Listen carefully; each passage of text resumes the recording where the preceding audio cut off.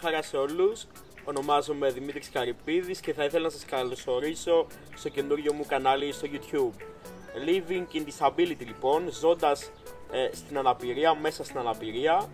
Δημιουργήσαμε αυτό το κανάλι με το φίλο μου τον Αλέξη Βογιατζή για να σας δείξουμε ότι η αναπηρία δεν έχει όρια, δεν έχει φραγμούς και πραγματικά μπορούμε να κάνουμε τα πάντα. Θα ανεβάζουμε βίντεο τα οποία θα δείχνουν τις δραστηριότητες τις δικές μου ως επιτοπλίστων και φίλων μου και με αυτόν τον τρόπο θέλουμε να παρακινήσουμε και άλλα άτομα να ξεκινήσουν να ζουν ουσιαστικά τη ζωή τους είτε με αναπηρία είτε χωρίς. Γιατί σκεφτείτε ότι αν για μας είναι δυνατό και εφικτό, τότε σημαίνει ότι είναι για όλους. Ελπίζουμε να σας αρέσει η δουλειά μας και θα θέλαμε τη στήριξή σας. Θα θέλαμε να πατήσετε subscribe, να εγγραφείτε στο κανάλι μας, να το κοινοποιείτε, να σχολιάζετε στα βίντεό μας, να μας λέτε τα αρνητικά και τα θετικά. Ευχαριστώ που μείνατε μέχρι αυτή τη στιγμή στο βίντεο.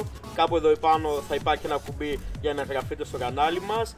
Σας ευχαριστώ πάρα πολύ και πάλι θα τα πούμε στο επόμενο βίντεο.